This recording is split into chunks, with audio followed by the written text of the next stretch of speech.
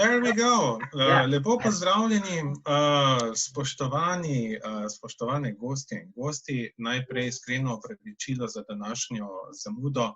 Nekaj je šlo narobe, v matrici to tudi včasih rado gre, ne more biti vedno vse popolno. Danes je naš sklepni dogodek, peti v nizu dogodkov, ki smo jih poimenovali Filozofija v karanteni, preprosto zato, da ne bi bili preveč razdruženi zaradi teh izrednih ukrepov. Se pa ukrepi počasi rahljajo in zato bomo potem posledično tudi danes zaključili. Zdaj, današnji veliki finale je poseben, posvečen je 250. obletnici rojstva Georga Wilhelma Friedricha Hegla in v čast nam je, da se nam je iz Čikaške univerze Loyola pridružil profesor Andrew Cutrofellom, ki ga bo na kratko predstavil še Gašper. Jaz bi vas samo opozoril, da je današnji dogodek v angleščini, lahko pa ravno tako še zastavite vprašanja ali napišete komentarje v slovenščini, bodi si v Zoom, tisti, ki ste v Zoomu, bodi si kot komentarje na Facebooku, tisti, ki nas spremljate tam, in potem jih bomo mi seveda prevedli in zastavili profesorju Cutrofellu ob koncu njegovega nagovora. Besedo zdaj opozarjam tudi še to, no, seveda pretočno predvajamo na Facebook in tudi snemamo dogodek, ki bo pozneje objavljen še na našem YouTube kanalu. Zdaj pa predajam besedo podpredsedniku našega društva, Gašperju Pircu. Thank you very much. First, give thanks to everyone that actually stayed. We, as Tomasz already said, we had some technical difficulties, which were basically out of our reach. We couldn't do anything so far. But yeah, we're starting now. We're 15 minutes late, but it's still this academic 15 minutes. So I hope you're not too mad about this. Otherwise, as Tomasz already said, I'm really happy to be hosting Professor Andrew Cutrofellom. Professor is one of the foremost experts on the philosophy of Kant and Hegel, as well as later continental philosophy.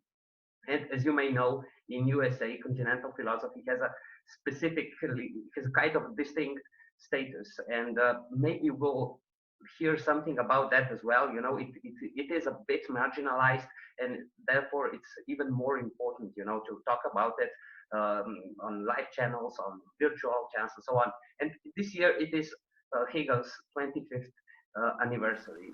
250th. And you know, I'm really glad that we were able to get Andrew Cutrofellom to dedicate his time for us to prepare a completely new talk, a completely new lecture about Cutrofello, about Hegel, his relationship with, or maybe his interpretation of Wordsworth, and then of course Robert Brandon's and Slavoja Žižka's critiques of that. So it will be interesting. I'm also hoping that all of you that came here because you heard the name Slavoja Žižka will also listen to what Cutrofello has to say about him. You know, I'll be really glad if you just listen to the talk, and then after that, there will be a lot of time for questions. You can give questions in Slovene, and I will translate them in English. Otherwise, I'll just let Professor Cutrofellom to continue this evening and enjoy. So, Professor. Well, thank you. Well, Gašper, I want to first thank you so much for this invitation. And I'd like to thank the Slovenian Philosophical Society and the Institute of Philosophy for sponsoring it. It's an honor and a good opportunity to help celebrate Hegel's birthday. Of course, Hegel's birthday isn't until August, but we can celebrate it a little bit early. As Gašper was just saying, my talk is going to be a little bit about Hegel and Wordsworth. But this is sort of used as kind of a frame for setting up a debate between Brandon and Žižek in terms of how they read both Hegel and, as we'll see, Wordsworth as well. My talk's a little bit under an hour, I think, and so I'll just go ahead and start. If for some reason you can't hear me well or I'm fading out of view, please let me know. So William Wordsworth began working on an autobiographical poem on a trip to Germany in October 1798. And by December 1790, the 150-line fragment had grown into a two-part poem of almost 1,000 lines. By May 1805, it was a 13-book poem of some 8,500 lines. And for the next 45 years, Wordsworth would continue to tinker with it, leaving behind a 14-book version for posthumous publication under the title The Prelude. Robert Brandom took just a little bit less time to complete his book, A Spirit of Trust, a reading of Hegel's Phenomenology. About halfway through the book's nearly 4 decades of gestation, he made a passing remark about the prelude in the introduction to his book, Tales of the Mighty Dead. There, Brandom endorses the Hegelian thesis that, quote, the way we understand and conceive what we are doing affects what we are, in fact, doing. We find a way forward by reconstruing the path that brought us to our present situation. And to this thought, Brandom appends the following note, quote, Wordsworth said that the child is the father of the man. But his prelude was more than just his account of how he started out and developed on his way to being who and getting where he is at the time of writing it. It is the greatest achievement of his maturity, that account of the roots of his self, his sensibility, and his work is his achieved self, sensibility, and work, end quote. Likewise, of Hegel's Phenomenology of Spirit, its account of the roots of spirit's self, sensibility, and work purports to be spirit's achieved self, sensibility, and work. And the same can now be said of Brandom's book, A Spirit of Trust. Comparisons between the prelude and the Phenomenology of Spirit are not uncommon. They're both journeys of self-discovery, recounting the genesis of the perspectives from which they were written. The Phenomenology presents a series of shapes of spirit that culminates in absolute knowing. The prelude depicts a series of what Wordsworth calls spots of time that culminates in something like absolute imagining. Wordsworth wrote the prelude to explain how he came to think of himself as a poet. Hegel wrote the Phenomenology to explain how spirit, the I that is we and we that is I, came to understand itself as spirit. The Phenomenology was completed in 1806. The 13-book prelude was put aside in 1805. Why a German philosopher and an English poet should have felt compelled to tell their respective stories at roughly the same time is a question worth considering. It wasn't just idle curiosity. They both felt that in order to move forward with a new project, in Hegel's case, the rest of his projected system of science, in Wordsworth's, a philosophical poem to be called The Recluse, or Views of Nature, Man, and Society, they had to tell a story about how they came to find it necessary to tell that very story. Only by telling it could they find a way forward. Measured by this Brandomian standard, Hegel might be said to have succeeded in a way that Wordsworth did not. After publishing the Phenomenology in 1807, Hegel went on to write The Science of Logic and the Encyclopedia of the Philosophical Sciences. But Wordsworth remained stuck, unable to make significant progress on The Recluse. Biographical accidents aside, it's tempting to suppose that these divergent outcomes had something to do with the different focuses of their respective projects. Maybe Hegel would have faltered if instead of writing a Phenomenology of Spirit, he had written about his childhood pastimes and residence at Tübingen. Maybe Wordsworth would have succeeded if instead of reminiscing about stealing a boat and crossing the Alps, he had tried to make sense of the zeitgeist. The problem with these counterfactuals is that they're barely counterfactuals at all. Hegel may not have explicitly talked about his time at Tübingen, but he implicitly recounted his own philosophical development. Conversely, Wordsworth wasn't just talking about himself when he wrote about his time in Cumbria, Cambridge, and especially Paris. Despite the different emphases of the new genres they invented, the dialectically recollective narrative and the long autobiographical poem, the genres themselves don't explain why Wordsworth got stuck and Hegel didn't. A more plausible explanation might have to do with how they changed their conceptions of their projects in midstream. When Wordsworth began to write about himself, he didn't plan to discuss his time in France. Only after completing the two-part prelude did he realize that he couldn't make sense of his vocation as a poet without recounting his experience of the French Revolution. Likewise, Hegel didn't plan to discuss the French Revolution when he began writing the Phenomenology of Spirit. As the first part of his system of science, the phenomenology would comprise only what came to be the chapters on consciousness, self-consciousness, and reason. When he decided to add a lengthy chapter on spirit, it was to take stock of the revolution's causes and consequences. Neither author could account for the roots of their protagonists' self-sensibilities and works without reflecting on their trips through France. Like many of their contemporaries, Hegel and Wordsworth had been filled with enthusiasm when the revolution began. As Wordsworth famously recalled, "Bliss was it in that dawn to be alive, but to be young was very heaven." Hegel says exactly the same thing in his lectures on the philosophy of history. Quote, "Anaxagoras was the first to say that the world is governed by nous, but only now did people come to recognize that thought ought to govern spiritual reality. This was accordingly a glorious dawn."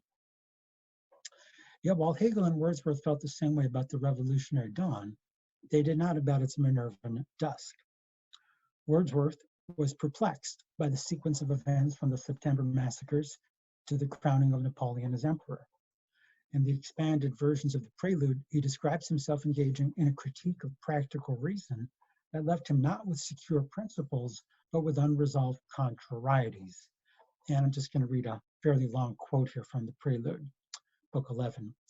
"So I fared, dragging all precepts, judgments, maxims, creeds, like culprits to the bar, calling the mind suspiciously to establish in plain day her titles and her honors, now believing, now disbelieving, endlessly perplexed with impulse, motive, right and wrong, the ground of obligation, what the rule, and whence the sanction, till, demanding formal proof, and seeking it in everything, I lost all feeling of conviction, and in fine, sick, wearied out with contrarieties, yielded up moral question in despair." Wordsworth professes to have recovered from this crisis, not by resolving the unspecified contrarieties, but by receiving from his sister, now speaking in a voice of sudden admonition, the emotional support he needed to maintain what he calls a saving intercourse with my true self. Dorothy Wordsworth helped William Wordsworth discover his vocation as a poet. Quote, "She, in the midst of all, preserved me still a poet, made me seek beneath that name and that alone my office upon earth." When Wordsworth goes on to explain what he characterizes as the renovating virtue of the spots of time or memories that come to our aid when we are depressed by false opinion and contentious thought, he's already carrying out the work of the recluse, which he hoped would revive the dejected spirits of those like his friend and fellow poet Coleridge, who regarded the French Revolution as a complete failure. When this famous passage had first been drafted in 1799, the Spots of Time passage, it had nothing ostensibly to do with the revolution. Now it purports to explain how Wordsworth responded to its failure and belatedly came to admire Edmund Burke, who had warned in 1790 that the revolution would end in tyranny. Hegel was not one of those who regarded the revolution as a complete failure. He regarded it as a necessary failure. In the chapter on spirit that he added to the Phenomenology, he does not seek to separate the moral optimism of the tennis court oath from the bloodbath of the terror. On the contrary, as Rebecca Coleman has argued, June 17, 1789, he does this by representing the entire revolution as a single expression of absolute freedom. It's necessary for spirit to pass through this stage for the same reason that it's necessary for an individual's self-consciousness to pass through the struggle to the death with another self-consciousness. In the latter case, which of course comes first in Hegel's story, real freedom can only be achieved through mutual recognition, but it is impossible to achieve mutual recognition without each individual's self-consciousness first trying to annihilate the other. The struggle to the death is resolved through the establishment of the master-servant relation that is itself only a single stage on the path toward universal freedom. On Hegel's account, the French Revolution replayed this dynamic at the level of the state. Kant claimed that when Louis XVI convened the Estates General, he implicitly abdicated, thereby throwing the French nation back into a state of nature. Hegel picks up on this idea, but he represents the onset of the revolution as a political state of nature in which everyone was committed to the idea of France. Instead of a struggle for recognition among individual self-consciousnesses, there was a struggle for recognition among citizens, each of whom identified its will with the general will. The terror was the political struggle to the death that culminated in the rise of a national master. Yet without the unleashing of absolute freedom with all its consequences, it would not have been possible to actualize the moral conception of freedom that Kant had first theorized as an abstract possibility. Thus, instead of repudiating the revolution, as Burke did, or ambivalently dividing its dawn from its dusk, as Wordsworth tried to do, Hegel affirmed it in its entirety. Only in this way could he get on with the rest of his system, including eventually the philosophy of right. So what are we to make then of Brandom's passing comparison of Hegel and Wordsworth? What does Brandom himself make of the significance of the terror for Hegel? Slavoja Žižka has argued that Brandom fails to account for what he calls the extreme self-destructive moments that are part of Hegel's recollective narrative, including self-destructive revolutionary terror as the outcome of absolute freedom. If Žižka is right, this criticism would suggest that a spirit of trust ends up closer to the prelude than it does to the phenomenology of spirit. Instead of affirming the necessity of the terror, Brandom would repress it, explaining perhaps why it took him so long to complete a spirit of trust. But is this a fair criticism? Brandom takes Hegel to represent the terror as an allegory of normative alienation. For Brandom's Hegel, we achieve our status as normative subjects by passing from the organic space of living beings to the normative space of responsible selves. We cross this threshold by existentially identifying ourselves with something for which we are willing to die. This is the basis of the allegory of the struggle to the death that culminates in the master-slave relation. Mastery, as Brandom interprets it, is a defective normative status because it purports to involve normative authority, independence, without normative responsibility, dependence. A master is someone who expects to be recognized as having a normative status without incurring the responsibility to recognize the one who confers this status on him. In traditional societies, normative attitudes are taken to be grounded in independently given normative statuses. For example, recognition of a king as a king is perceived to be based on the primitive or divinely sanctioned fact that he is a king. Modern societies recognize that normative statuses are instituted by normative attitudes. A king is a king only insofar as he is recognized as a king. Modern societies have a difficult time seeing what traditional societies see, namely that there is an important sense in which normative attitudes are answerable to normative statuses. Regardless of whether there should be kings, some normative social statuses, such as being a qualified doctor, confer on their bearers a special kind of authority. Traditional societies fetishize normative statuses, but modern societies suffer from alienation or an inability to account for the binding force of any normative statuses. For Brandom, it was easy for the revolutionaries to undermine the king's authority, but difficult for them to establish any new authority. By treating normative attitudes as fickle expressions of non-normative preferences, they made principled suspicion of principles, that is terror, the order of the day. The animal-like fury displayed in the terror was the flip side of its normative impotence. To overcome modernity's corrosive suspicion toward norms, a suspicion that still persists in various meta-attitudes today, we must, according to Brandom, balance the Enlightenment's insight into the attitude dependence of normative statuses with faith's traditional Sittlich awareness of the status dependence of normative attitudes. This is the task of what Brandom calls creating a postmodern spirit of trust. And it requires that we identify with something that we are willing to live for. To create a spirit of trust, it's necessary to take responsibility for everyone's normative lapses, forgiving others as best we can, while asking for forgiveness for our own normative lapses, including our own failures to forgive. We have to strive to redress and forgive past crimes such as the terror, leaving their unredressed and unforgiven aspects to those who come after us. The reparative nature of this responsibility makes it not only retrospective, but retroactive, the point being not just to interpret the past, but in some meaningful sense to change it by expanding its normative consequences. As an ongoing project, a spirit of trust, as Brandom represents it, is a regulative ideal, not because it hasn't been implemented yet, but because in its implemented form, it's an endless task. Brandom is, of course, aware that Hegel typically dismisses Kantian regulative ideals as ways of disavowing the present achievability of a deferred goal, but he argues that the processual character of experience, including its answerability to ways the world is independently of our ways of representing it, guarantees that we will always commit normative lapses that need to be confessed and forgiven.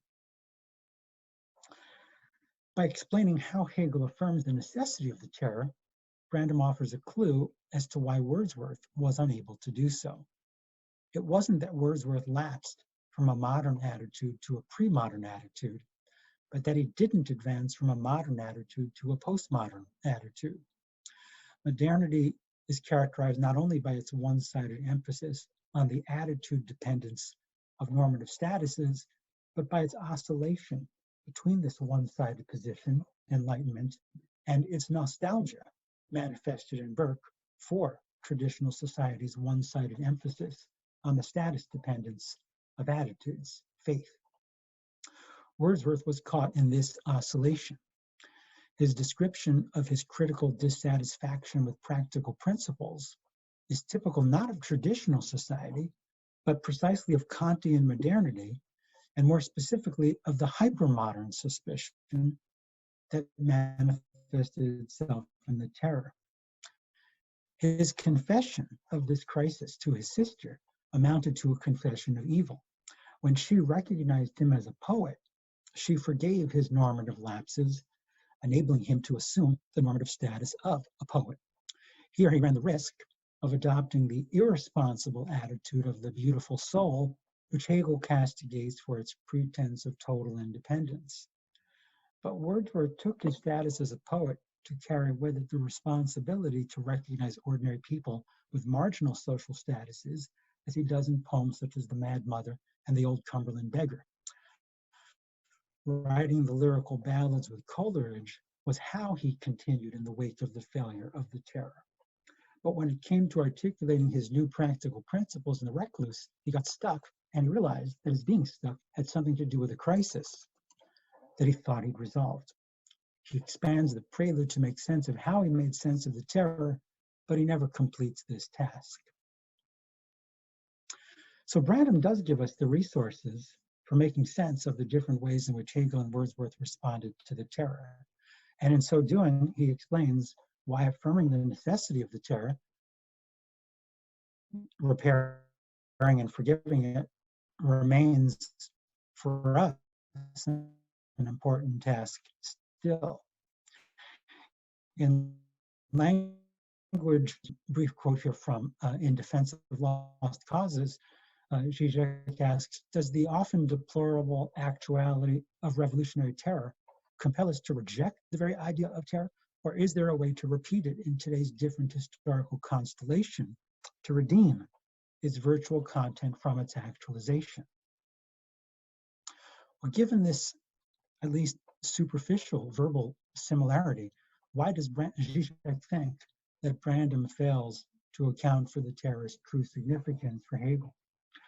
Why does Žižek think Hegel is a proponent not of a spirit of trust, but of a spirit of distrust, as he argues, a formulation that in Brandom's eyes would make Hegel a hypermodern thinker rather than a postmodern thinker?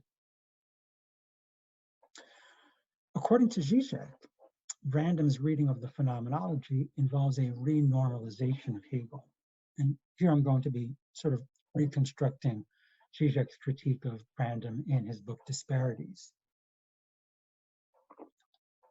The process of renormalization begins with Brandom's characterization of Hegel's key dialectical concepts of determinate negation and mediation.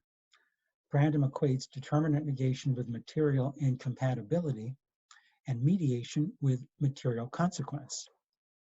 Material incompatibility involves the mutual exclusion of determinate conceptual contents. The fact that something's being determinate in one way precludes its being determinate in other ways. Relations of material incompatibility entail relations of material consequence, or the fact that something's being determined in one way necessitates its being determinate in other ways. Conceptual contents for Brandom are hylomorphic in the sense of having both an objective form and a subjective form. In their objective form, they exhibit what he calls modally robust relations of alethic incompatibility and consequence, while in their subjective form, they exhibit normative relations of deontic incompatibility and consequence. Briefly, objective reality cannot be contradictory, while cognizing subjects ought not to contradict themselves. Experience has an implicitly dialectical structure in that discrepancies between the way things are in themselves and the way they appear to us forces us to revise our concepts, judgments, and inferences. Dialectical thinking makes this implicit structure explicit. Over the course of Hegel's phenomenology, we come to see that we give our concepts the normative authority that they have over our judgments and actions. Contradictions arise at the level of the discrepancies it is our responsibility to repair. Things in themselves are not contradictory.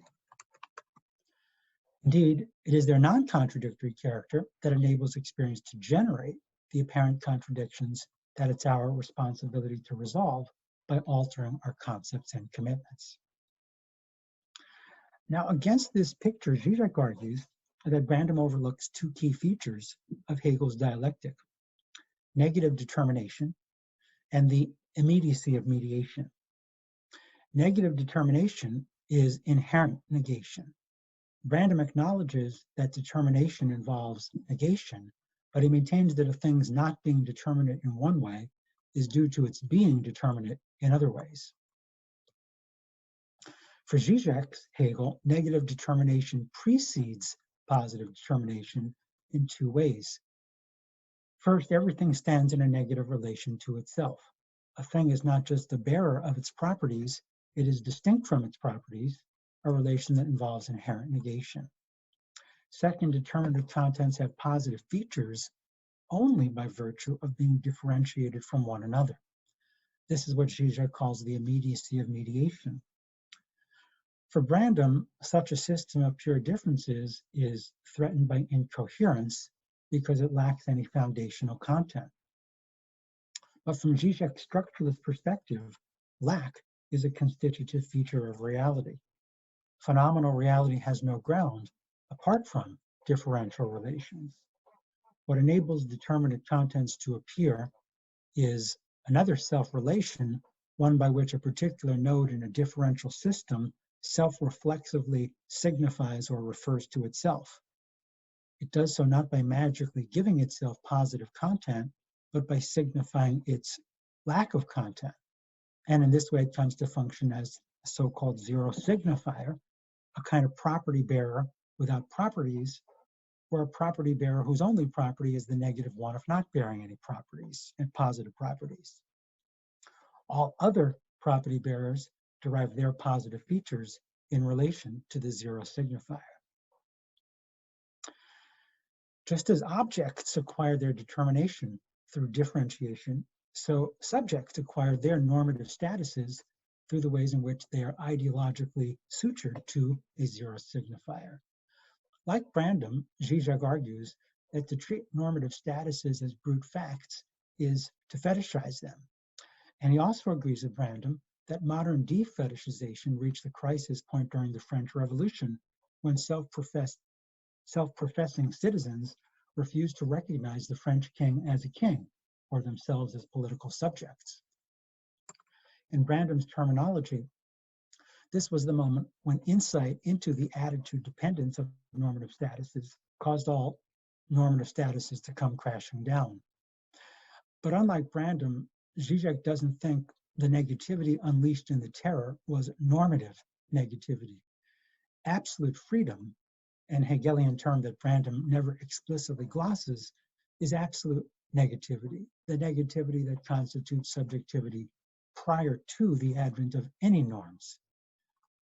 Its only work is death, not because it is normatively suspicious of normative attitudes, but because it is nothing but a power of negation. In affirming the necessity of the terror, Hegel affirms absolute freedom as the negative power that precedes and exceeds all normative stances. This is why, instead of a spirit of normative trust, the lesson of Hegel's phenomenology for Žižek is a spirit of distrust. In defense of his conception of a spirit of trust, Brandom takes Hegel to distinguish two different meta-attitudes toward normative attitudes. The noble, or edelmoedig attitude, involves trusting that normative attitudes are genuinely answerable to normative statuses. Or niederträchtig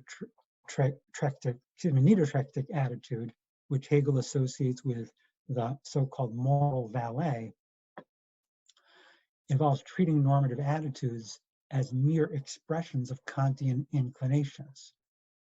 Now, from Brandom's point of view, Žižek could be said to play the part of the moral valet with respect to Brandom's own edelmoedig attitude toward normative statuses. But Žižek doesn't reduce normative attitudes to inclinations.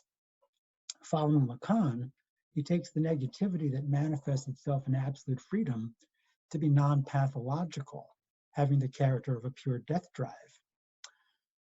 Thus, if his attitude toward normative attitudes is niederträchtig, it is so in another way, one that is rooted in psychoanalysis. When Žižek accuses Brandom of renormalizing Hegel, he links the concept of normativity to that of normality, taking Hegel, like Lacan, to treat perversion rather than normality as the defining feature of human agency. Perversion is not just a normative lapse that an analysant confesses to an analyst. It is an abnormative expression of absolute freedom. While Brandom identifies the transition from animal nature to the space of normativity with the articulation of empirical desires, Žižek takes desire in its pure form to be the first expression of the subject's pre-normative negativity. Brandom and Žižek both take Hegelian subjectivity to be fundamentally linguistic, but they represent language itself in radically different ways. Brandom's linguistic subject is basically Chomskyan. To be capable of speaking is to have the ability to formulate an indefinite number of sentences, each of which expresses a possible commitment, whether practical or cognitive. By contrast, Žižek's linguistic subject is fundamentally Saussurean. To be capable of signification is to be able to name an indefinite number of individuals. On this account, the primary function of language is not to articulate propositional attitudes, but to identify singular entities, to say of some object what its name is. Nomination is the de re foundation of articulate speech, the basis for making de dicto statements. For Brandom, de dicto speech is also connected to de re reference, but not via names. In his reading of Hegel's chapter on sense certainty, he argues that the signification of particular objects takes place through the use of indexicals and demonstrative expressions that function as token reflexives rather than as names.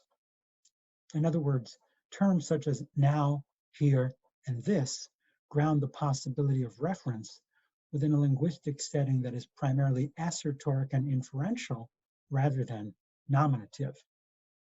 For this reason, Brandom takes the alienation characteristic of modernity to have to do first and foremost with the perceived conventionality of rules, rather than with the perceived conventionality of names or titles such as king.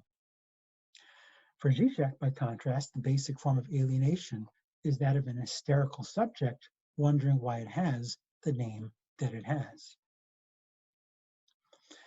Žižek's psychoanalytic reading of Hegel is a clear example of what Brandom calls a de re interpretation, that is, an interpretation that makes sense of a philosopher's views in a language that expresses the interpreter's own commitments. Brandom has his own de re commitments, ones that go against Hegel's de dicto pronouncements. As Žižek reminds us, Hegel criticizes Kant for not allowing the stain of contradiction to affect the essence of what is in the world. Like Kant, Brandom allows for contradictions only at the level of experiential discrepancies that we are obliged to resolve. Brandom's and Žižek's respective de re commitments are so radically different that it's difficult to know where to begin in comparing them, let alone assessing their adequacy as interpretations of Hegel. And of course, it doesn't help that Hegel's de dicto pronouncements are often obscure, which is why de re interpretations of them can be so illuminating.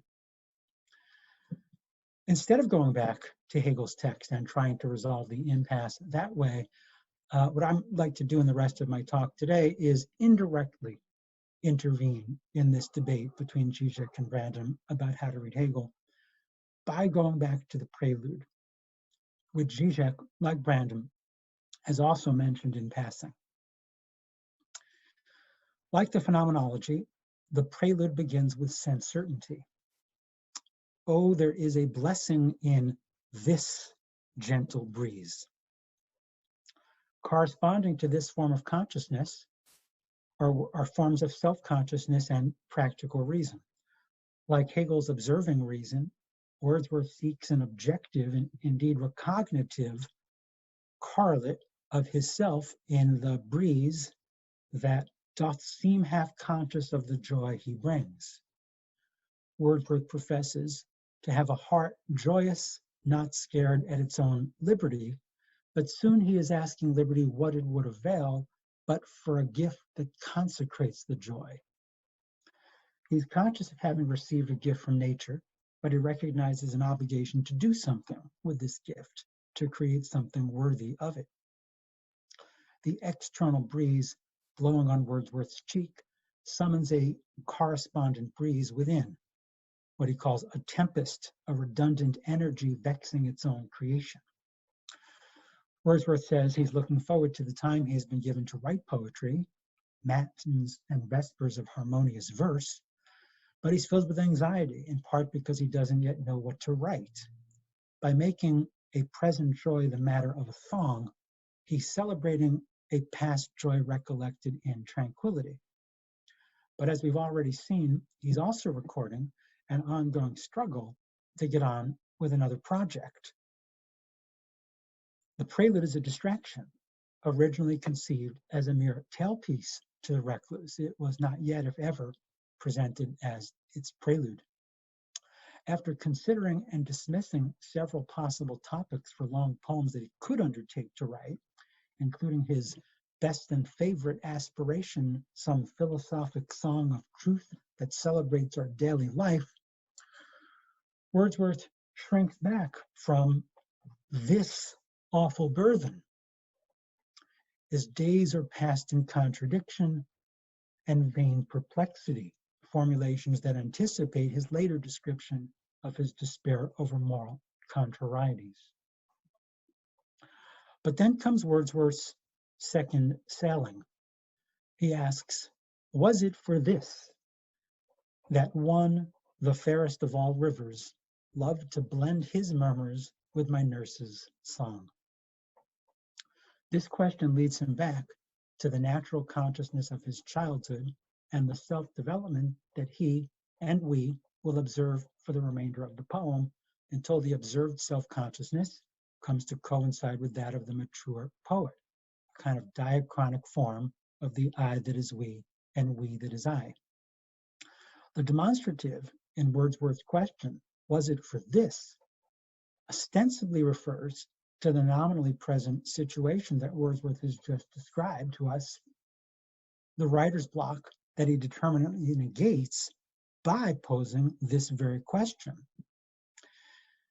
Yet when he first drafted the was it for this passage back in 1798, he first drafted the was it for this passage back in 1798 before he had written the opening section or any other part of the poem. Both the 1798 fragment and the two-part prelude of 1799 begin with the question, was it for this, without indicating what the demonstrative this is referring back to. Its free-floating character, as a token reflexive, recalls Brandom's construal of Hegel's argument in Sense Certainty that determinate contents cannot be fixed through the use of demonstratives alone. We need to be able to distinguish repeatable self-contents, the repeatable self-contents that appear on particular occasions, from the unrepeatable occasions themselves. As Random succinctly puts it in a formula, Dixis presupposes anaphora. That is, the ability to use demonstratives such as this presupposes the mastery of pronouns that refer back to antecedently given contents that could at the time have been given names. This lesson is implicitly operative in Wordsworth's reference to this breeze in the later versions of the poem.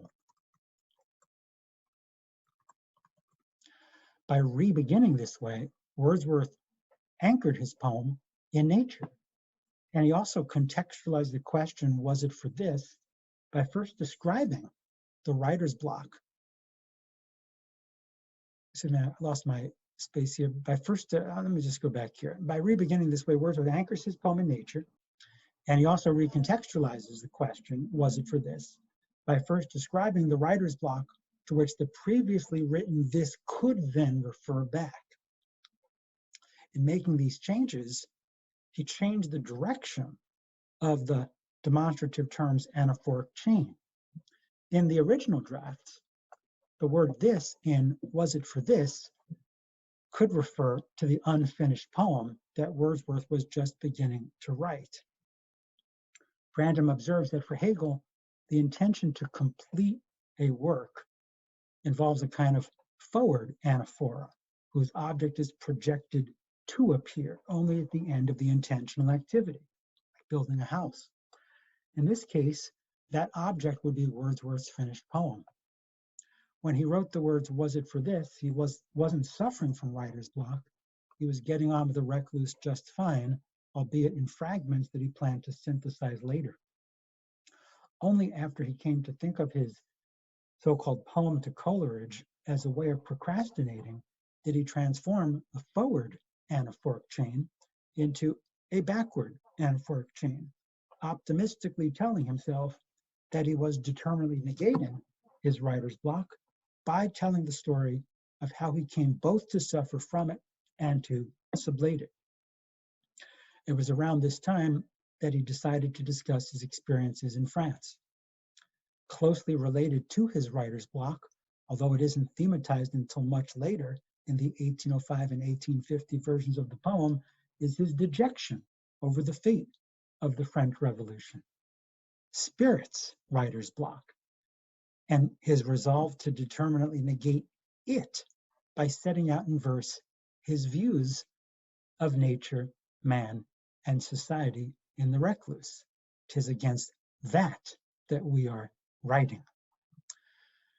When Brandom contrasts Wordsworth's thought that the child is father of the man with his achievement in the prelude, it's to emphasize the fact that Wordsworth came to his present self-conception by recollectively reconceiving the path that led him to it. His account of the growth of a poet's mind, the poem's published subtitle, isn't just an autobiographical narrative, it's a dialectical autobiographical narrative in which the poet recollects the contrarieties and contradictions that he had to resolve in order to be the author of that narrative. The father, who left behind an unacknowledged child in France, isn't the son of the boy whose experiences in the mountain of Cumberland he recounts. He is the person that boy has become by dialectically changing his conception of himself. So that would be Brandam's take. I'm trying to tease out a fuller reading of the prelude from literally one sentence in Brandam. It's a hapax legomenon. Now, Žižek also refers to the prelude. He does so in the parallax view. Ordinary parallax is the apparent displacement of a visible object due to a change in the position of the viewing subject. Following cogent Caratani, Žižek discerns a kind of transcendental parallax in Kant's antinomies. Kant compares the transcendental illusions of reason to optical illusions that persist even after we see through them. In the special case of the antinomies, the illusion involves two incompatible points of view between which reason is forced to oscillate, since each gives rise to an apparent contradiction. Kant resolves the antinomies by attributing them to reason's tendency to confuse appearances with things in themselves. Hegel credits Kant with discovering the antinomies, but criticizes him for ascribing them to human reason and not to things in themselves. As we've seen, Žižek criticizes Brandam for likewise attributing to Hegel the same tenderness for the things of this world that Hegel attributes to Kant. Brandam's paradigmatic example of how the Hegelian dialectic works involves an ordinary optical illusion, the way a straight stick looks bent when it is half submerged in water. Someone confronted with this illusion for the first time will judge that the stick is bent. Then, upon removing it from the water, she will judge that it is straight. If she's also committed to the judgment that being submerged in water couldn't change the stick shape, then she's faced with a set of incompatible judgments and is normatively obliged to revise her commitments so as to make them all compatible. The possibility that the stick could be both straight and bent at the same time is dispelled a priori, not out of undue tenderness toward the stick, but because the subject perceives that it would be impossible for a stick to be both straight and bent at the same time. Observing that the stick repeatedly appears to be straight both before and after being submerged in the water, the subject concludes that it never really was bent. The appearance of the bent stick is now retrospectively reconceived as an appearance of a straight stick. This is where the demonstrative this, as in this is not bent, makes objective reference possible for Brandam. An explanation of the false appearance of the stick can now be sought in the laws of optics. Without the assumption that noumenal reality is never inherently contradictory, experience of an objective world would not be possible at all. As Žižek rejects this model, while it is obviously true that half-submerged sticks aren't really bent, there are objects whose mode of being does depend on how they appear to us. This is true not only of purely symbolic objects, such as digital money, and physical objects such as gold that have symbolic significance, it's also true of quantum particles that exhibit objectively contrary properties depending on how we observe them. By locating antinomies in things in themselves, Žižek's Hegel allows there to be a parallax object. By way of illustrating this point, Žižek discusses the so-called stolen boat episode from book 1 of The Prelude. When he was a boy, Wordsworth stole a boat from a rocky cove, and as he rowed away from the shore, a huge peak that he couldn't see before suddenly loomed into view. The faster he rowed away from it, the faster the peak seemed to grow, as if it were coming after him. Terrified, he returned to the shore. Like Brandam's apparently bent stick, Wordsworth's looming crag can obviously be explained as an optical illusion. It was Wordsworth's change of position that made it seem as if the crag were moving toward him, rather than he away from it. The child didn't understand this. After hastily returning the boat to its rightful place, he meditated on the event in grave and serious mood. Something in nature seemed to have come after him, something that had designs upon him. Later, Wordsworth would tell himself that in fact nature did have designs upon him.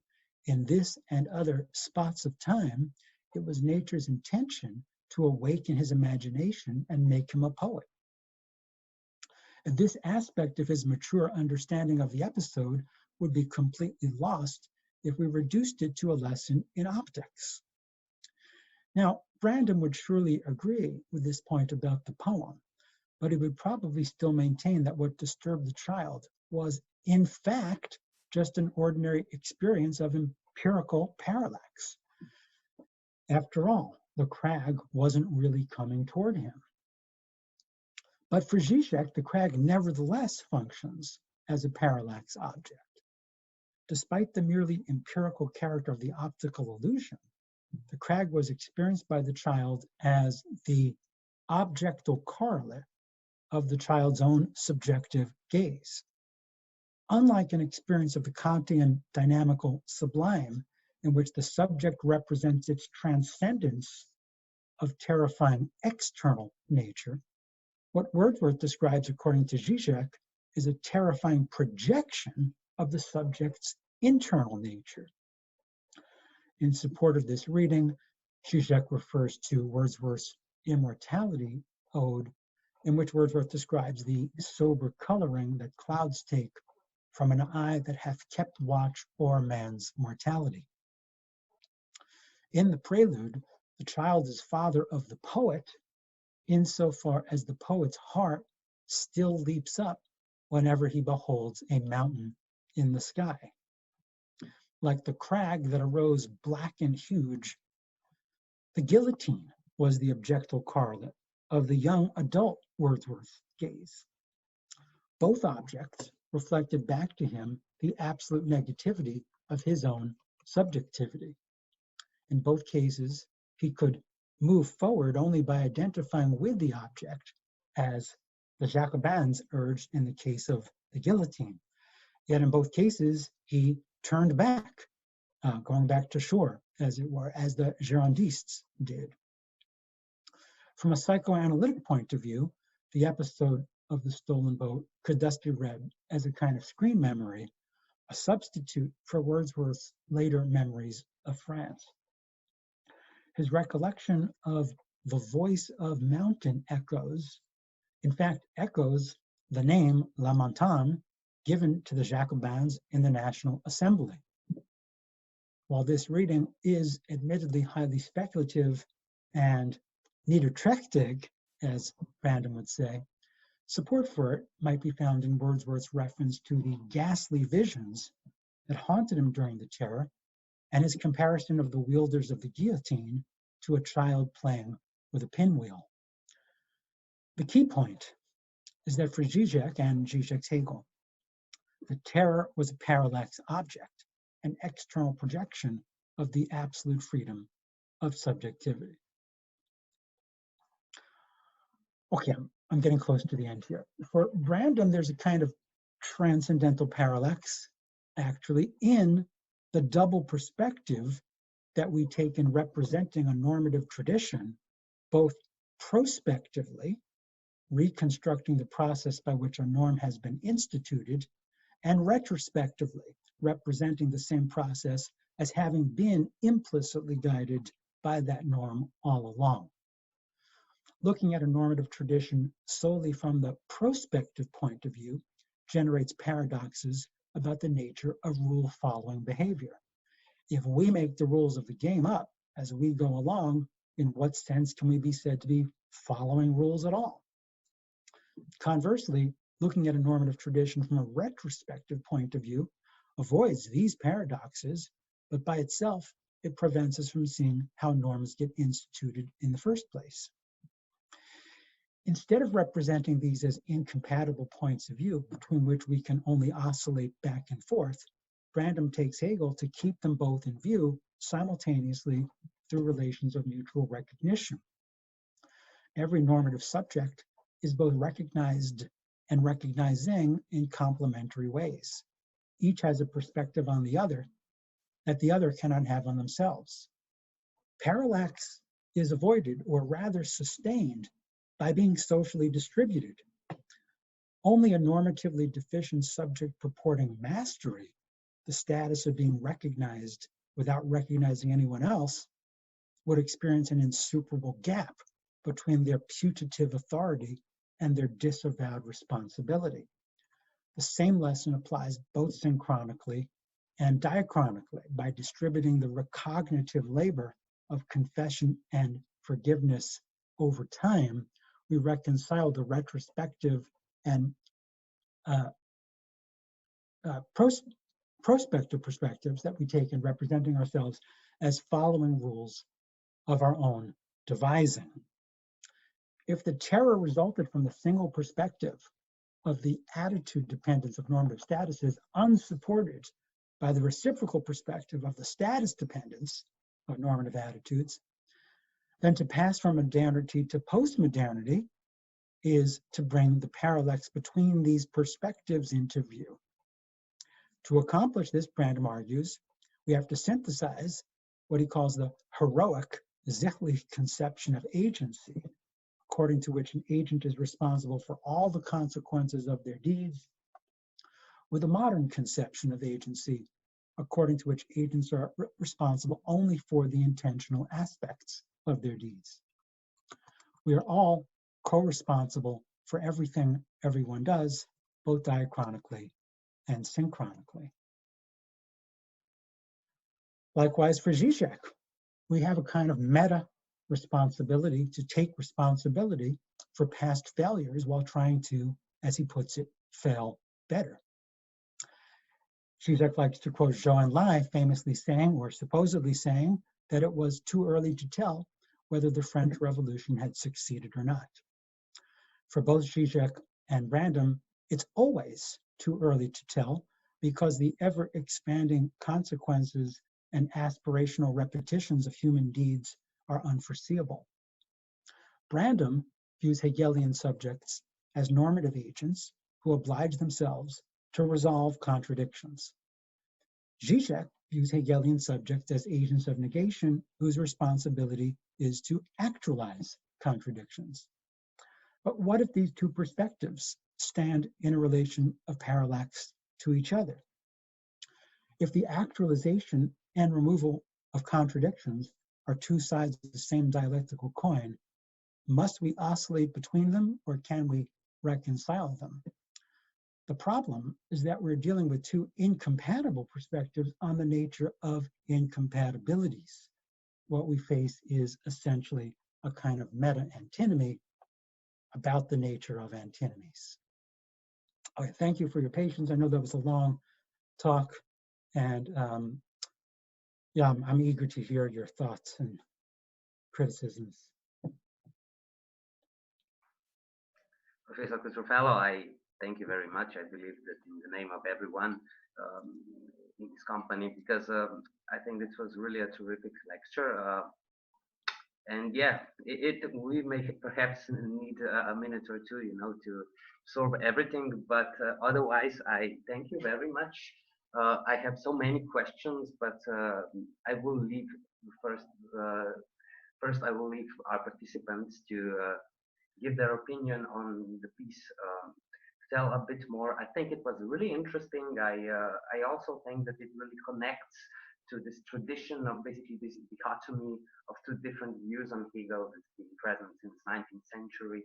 And and it's a really fresh take on it. So at first I will now just let our participants to also either comment or ask a question or anything. You can ask in Slovene and we'll try to translate it. But yeah, Thank you.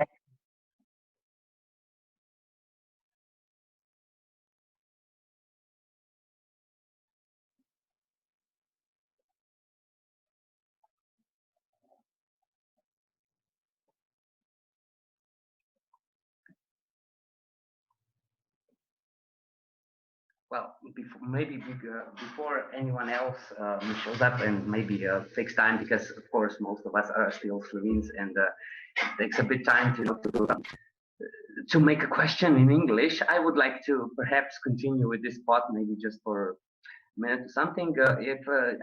I can't help but see these parallels that's been there traditionally from it started like. Gašper, we have difficulties listening to you. I don't know if others have the same problem, but it's kind of, you get interrupted. Maybe if you don't move. I will perhaps try so. Yeah. Is this better? Yeah. Yeah, that's much better. Okay.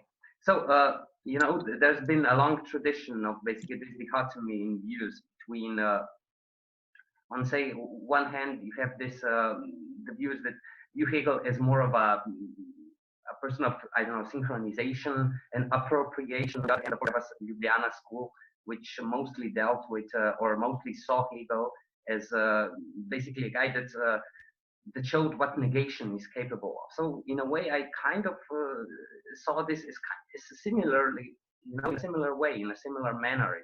There's still this dichotomy, but I think you actually found a way to bridge the gap.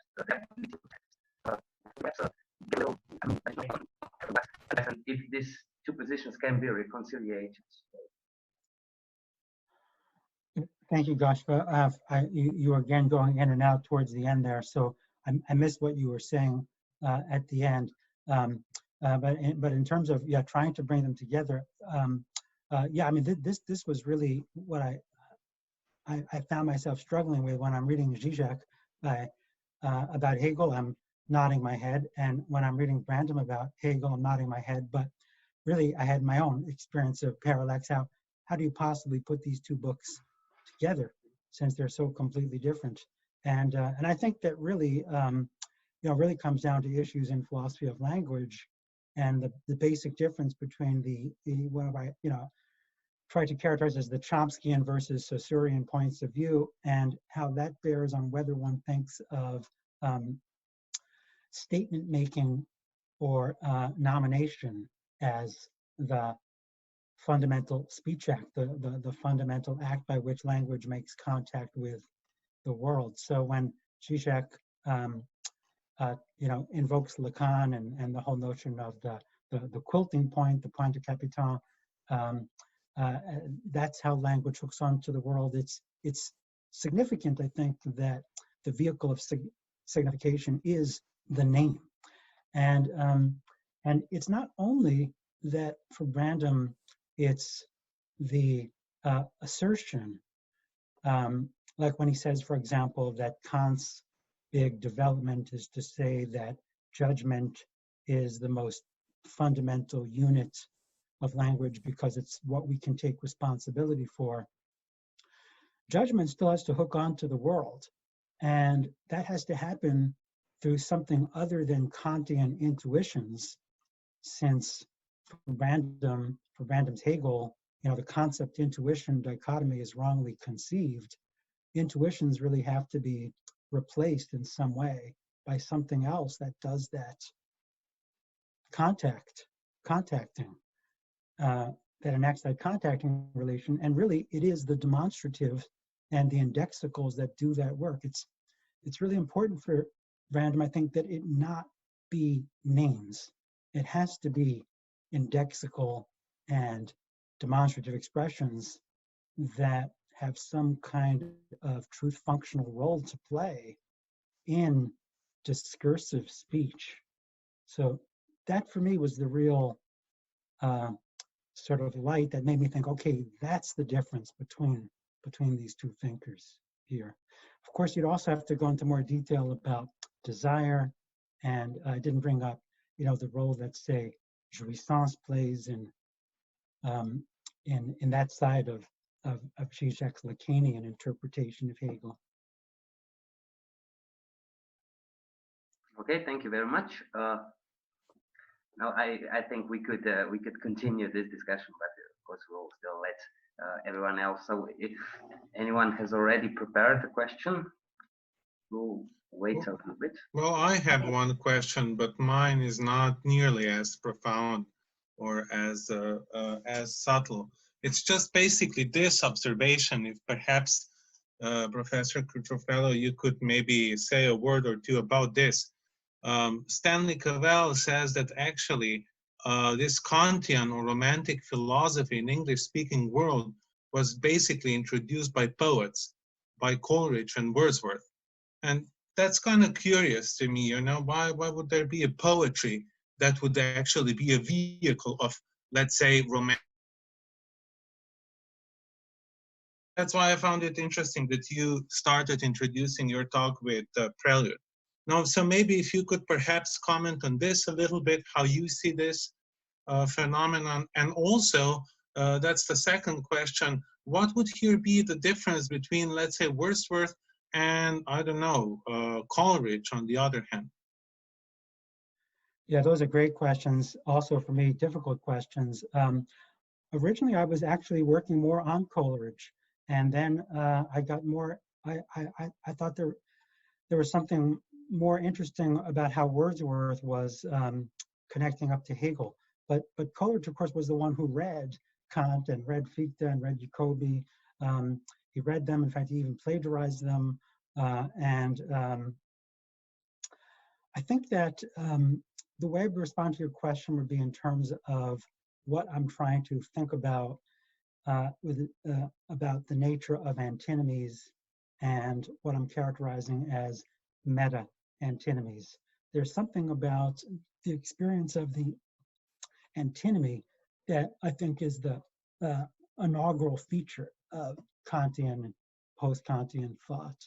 And there are different ways of responding to that provocation. So, you know, Gašper, you were asking before about the analytic continental divide as that played out and how that got articulated. Maybe we would say a little bit about that. My sense of the analytic continental divide is that, of course, it's an incoherent distinction, but the best kind of sense that can be made of it would be to say that there's a kind of lurking meta-antinomy involved with it. Here's what I have in mind. If we ask ourselves, what is an antinomy?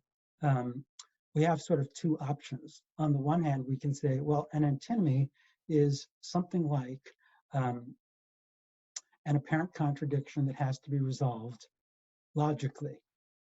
And on the other hand, we could say an antinomy is something like an aporia that can only be responded to aesthetically. And so if one thinks of the question of what does it mean philosophically to respond to antinomies, what is the nature of philosophical discourse? On the one hand, there's kind of a logical model where what it is to resolve, to confront an antinomy is to try and resolve it logically or to respond to it as an aesthetic provocation. Rorty, I think, picks up on this when he says, well, analytic philosophy pretty much comes out of positivism and continental philosophy comes out of romanticism.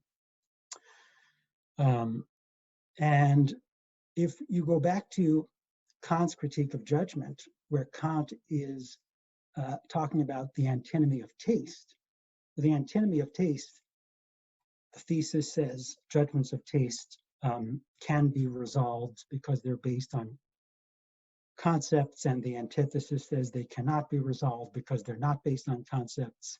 Kant says, well, we can resolve this by saying that judgments of taste are based on indeterminate concepts. So we can argue about judgments of taste even though we can't logically resolve them. What I find so intriguing here is Kant sort of distinguishing between two types of argumentation. One type of argumentation is logical, and another type is aesthetic. It's the kind of argumentation that's involved when two people talk about a work of art. And I think that if we think about this as articulating two different philosophical modes of argumentation, then you can say, okay, how is there a meta-antinomy in the wake of Kant? From one point of view, antinomies are represented as though they are problems that can be solved through logical disputing, logical argumentation. I'm merely simply repeating myself here, what I said before, but trying to add this aspect of how the conception of two different types of argumentation, the third critique, could be brought into play here. So much of the continental tradition coming out of Hegel to a certain extent, but especially Nietzsche and Heidegger, the birth of tragedy, the origin of the work of art, sort of suggest that arguing about judgments of taste is our paradigm for what philosophically responding to an antinomy involves. So, then I'm tempted to say that, well, in some sense, why does Wordsworth become important, or Wordsworth then Coleridge, and how can Cavell see things this way? It's because Cavell is such a broad reader who can easily move back and forth and see that indeed there is this way in which, especially the continental tradition, begins with that other way of responding. Yeah, I appreciate you asking me this question, and I know my answer is very roundabout. I appreciate it because it's something that I didn't really fully develop in my paper, the idea that there's something about Wordsworth's way of responding to contrarieties that poses a challenge to Brandam's way of thinking about it. Thank you very much, Professor. Thanks. And we have another question, this time from Primož, I think. So, Primož, please. You must unmute yourself.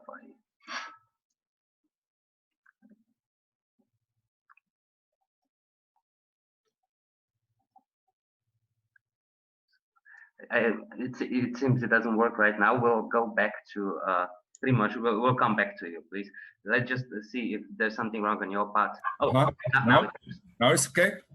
Yeah. Yes. Yes. Okay. Yeah, thank you for a really wonderful lecture. I'm interested. What do you think when we were looking at Hegel's phenomenology of spirit as a kind of circle between organic and normative? Where is here the place for exceptional? We know that here is famous interpretation, always interesting for existentialist analyzing about unhappy conscious, because want about affirmation or emancipation of subjectivity, or even singularity. We talk about through Kierkegaard about single individual.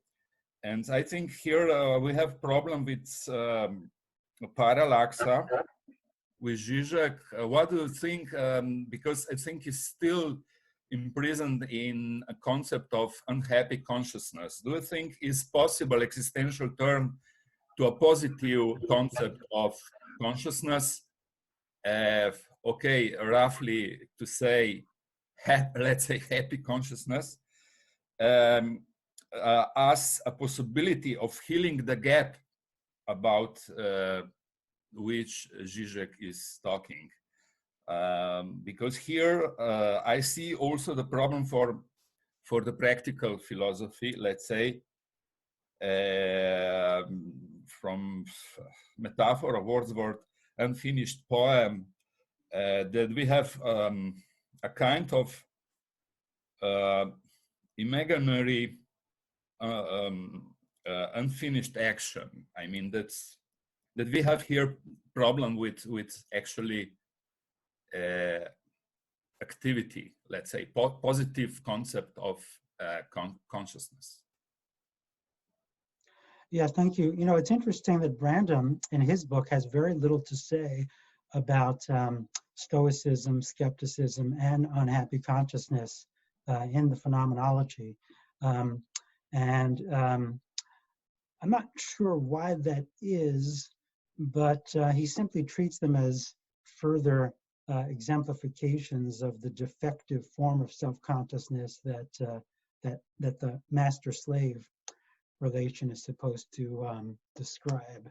So we have one-sided recognition. We don't have reciprocal recognition, and so as a result, the unhappy consciousness is just a kind of another example of a normatively deficient subject that's unable to, I think exactly as you say, make any kind of affirmative, take any affirmative normative positions, either cognitively or practically. So of course we begin to see that with the Stoic and the skeptic just saying no, right? And so, and if I understand your question, help me out here. It sounds like you're wondering whether Žižek doesn't fall too much himself into the position of the unhappy consciousness by sort of taking a kind of Sartrean, Lacanian conception of the negativity of the subject and privileging that. Is that right? Yes, yes. Yeah, yeah. So I think that, I think that for Žižek, this is sort of a question about the foundational character of subjectivity. But I think that maybe what replaces the notion of unhappy consciousness for him, from his Lacanian point of view, is this conception of hysteria, of the hysterical subject being the one who disavows all determinate content that could be applied to herself or himself. The hysteric says, I'm not this, I'm not this, I'm not this, and is, as it were, seeking positive content, but only in a reactive way. But I take Žižek to be saying, in effect, that that to the extent that Sartre has a merely negative conception of the subject, in other words, I take him to be accusing Sartre himself of remaining within the standpoint of that unhappy / hysterical subject position. And I do think that Žižek thinks there has to be, we have to think some positive step beyond it. What is that positive step beyond it? It's something that does involve an act. And that act is not, however, one that, as for Brandom, will be grounded in some prior acknowledgement of a norm. It's going to be a kind of, self-bootstrapping act that, again, brings out the way in which freedom is initially pre-normative, or, as I was trying to suggest in this paper, abnormative. Now, of course, Brandom also wants to say something about how we bootstrap ourselves into the position of judging acting subjects. But for him, the story is really about how we begin with a natural desire that we somehow become able to articulate, and we become able to distinguish between some aspect of ourselves that we identify with and are willing to die for.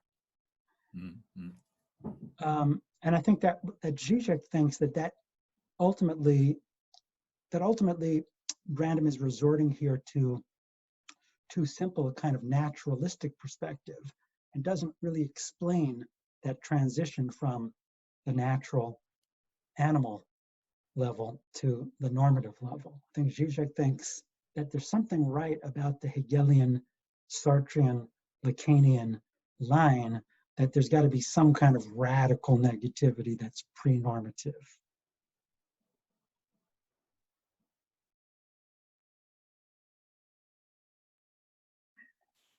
Thank you very much, Professor Cutrofello, for this answer. I would like to ask the rest, if there's another question, we will gladly take it, and just join with the audio, right?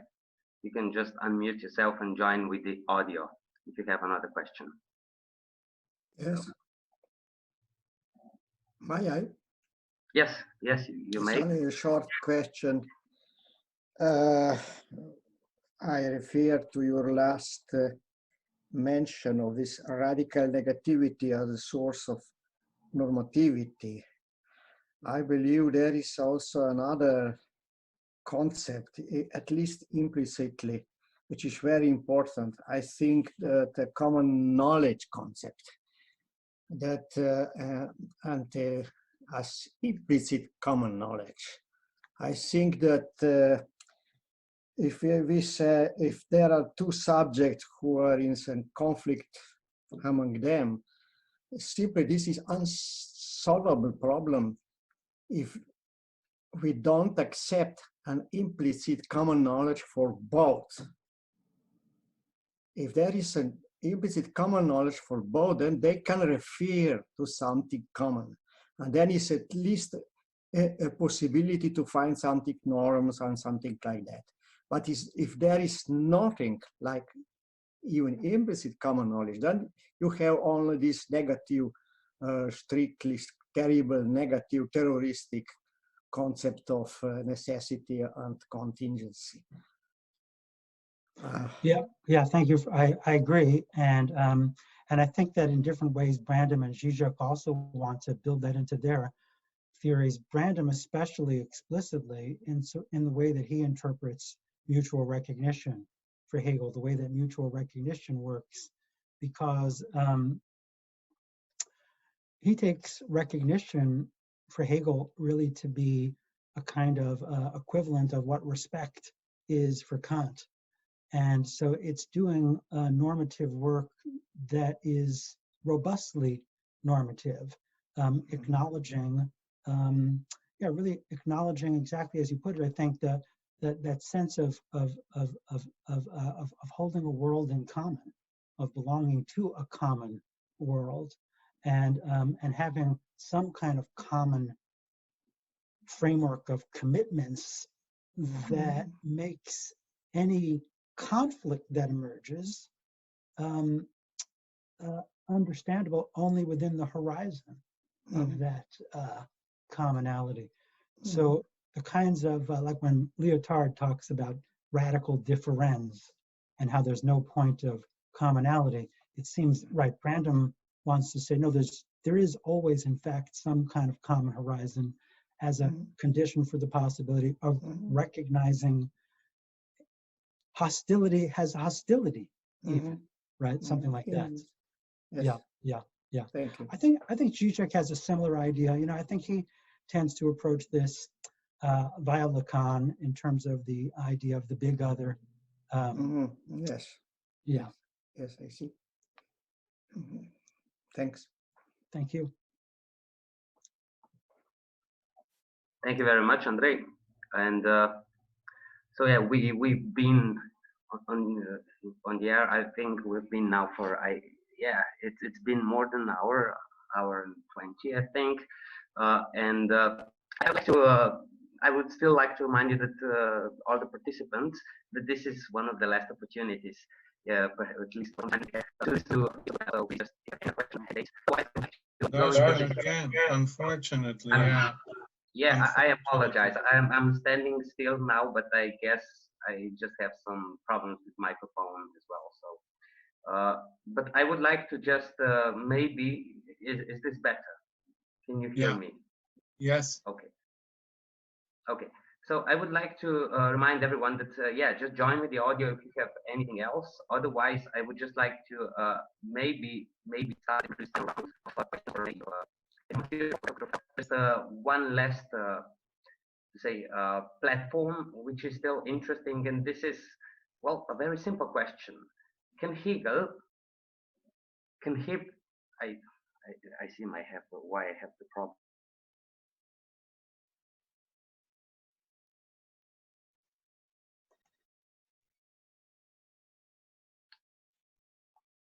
I'm sorry. It's okay. We can hear you now. Okay, because it says, can Hegel, especially in the time right now, in the time of crisis and so on, can Hegel have some more, I don't know, some more textile, some more physical content? Can be something that, for example, from Hegel can be useful for today's situation. I know it sounds really simple and so on, but the point is that, as far as I know, Robert Brandom was in his spirit of trust. He tried to kind of, and especially, for example, Axel Honneth, try to rehabilitate Hegel for today's society. And is there any interest in this area, maybe in USA, maybe in trying to rehabilitate Hegel's political and social philosophy? This is my question. So at first I thought perhaps you were asking specifically about the time we're in right now in Corona time, as it were. And what I was going to say in response to that is that it might sound a little bit flippant, but in the Spirit chapter, the phenomenology, when Hegel is talking about enlightenment, he says that enlightenment spreads like a sort of gets diffused through the atmosphere like a perfume and infects everything. It's sort of Hegel theorizing something like this philosophical virus that pervades everything and leads to some kind of transformation. And I do think that in some weird, strange way, the coronavirus may be doing something similar. You know, what Hegel says is, he says it's as though everything is already infected, and then one fine day, things come crashing down. He's quoting from Rameau's nephew there. And, you know, we've been talking for years about, is capitalism here for forever? Are we ever going to have any different kind of a system? Is this perpetual? And but I think everyone now is wondering, well, what is the significance of this virus for our future? And will this have turned out to be a virus that also diffused a kind of attitude of enlightenment that will lead everything to come crashing down in some way? So I think that in some strange way, you know, there's a Hegelian question to be asked there. But in terms of Hegel's significance, the significance of Hegel's political philosophy, I do think that I mean, that's clearly a lot of what's at stake here as well. Brandom really has very, very little to say about Hegel's political philosophy. He has very little to say about the terror, really. He does mention it. It does play a big role in between the lines, but you know, his engagement is elsewhere. His whole approach to the phenomenology of spirit is to treat everything as an allegory. And so the terror itself becomes an allegory for the collapse of normative statuses. But I do think also that the question of what to make of the philosophy of right, is this ultimately a kind of blueprint for neoliberalism? Is this on the way toward a dictatorship of the proletariat? In a weird way, that's still a big, very live question for us today. I agree with that. I remember just talking about this with another Hegelian interpreter, and he said basically a similar question. It's kind of an age-old question, to which we really can't say, or it really, you know, it's really reflective of the perspective of the one who interprets him. So yeah, I agree with that. I perfectly agree with that. Although it seems that there has been a lot more interest in Hegel in the past 30, 40 years, especially in this direction. For example, you have Pippin, you have Hornet, and the whole, you know, this third generation Frankfurt School, and so on. So yeah. I mean, just a quick comment on this state of philosophy. You know, 30 years ago, before Pippin wrote his book, Hegel's Idealism was a real watershed. 30 years ago, Hegel was just you know, completely ignored in the analytic world, completely ridiculed, and so it's a very different kind of a philosophical situation that we're in right now, to be struggling over Hegel's legacy. That would have been unthinkable 30, 40 years ago. Thank you very much. I think that we needed this kind of conclusion for this evening, though there is still a time for a final question if anyone has it, but otherwise I'm very happy that you joined us, because after all, we need to be a bit in a commemorative mood, you know. It is a day of celebration, even though it's months too early. I know we're still 3 months too early. But yeah, otherwise, you know, we've prepared this series of talks, especially because, you know, people in quarantine, well, they still deserve philosophy, and even though we can't teach it in schools, in faculties and so on, it's still important to give it to them. And I'm really happy that people joined in such number. You know, they asked lots of interesting questions.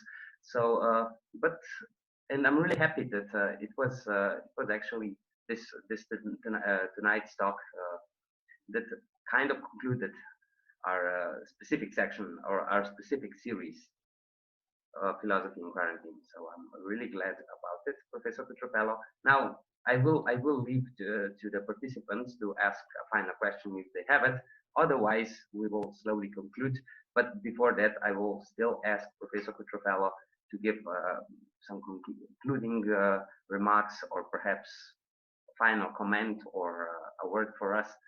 And yes, thank you again.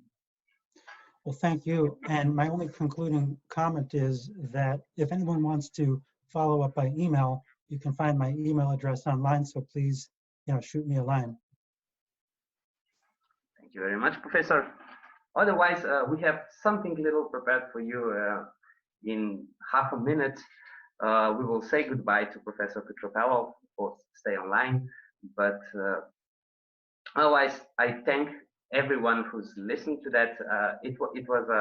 I found it a really interesting talk, an important talk, and I will be glad to read it once it's published. So thank you. Yes. And thank you, and thank all of you for your participation and questions. And yeah, good luck in the coming months. Yeah. So thank you again. This is now really the conclusion of the whole series, and me and Gašper just wanted to show you how matrix itself can sometimes be deceptive, and this is what we will do for the grand finale, to say goodbye to everybody. And also I'll now switch to Slovenian. Ja, zahvaljujem se vam, da ste nas vsi podprli v takšni meri, da ste bili z nami, kar nekaj vas je, ki ste redno prišli v Zoom ob 8 zvečer. In evo, pogledajte, kako je lahko sama matrica zavajajoča. Evo, pozdravljeni. Takole. Tako, so yes, we were actually not that far apart, you see. So, še enkrat hvala vsem, ki ste nas spremljali v Sloveniji. And again, thank you, Professor Cutrofello, for joining us tonight. Thank you, you. Professor. And I hope we'll see each other again soon enough. As for the rest, we will continue, oziroma zdaj bomo zdaj kar v slovenščini, ker smo sami Slovenci. We will continue our e-series, but oziroma bomo nadaljevali naša e-srečanja pod drugim imenom. Bye-bye.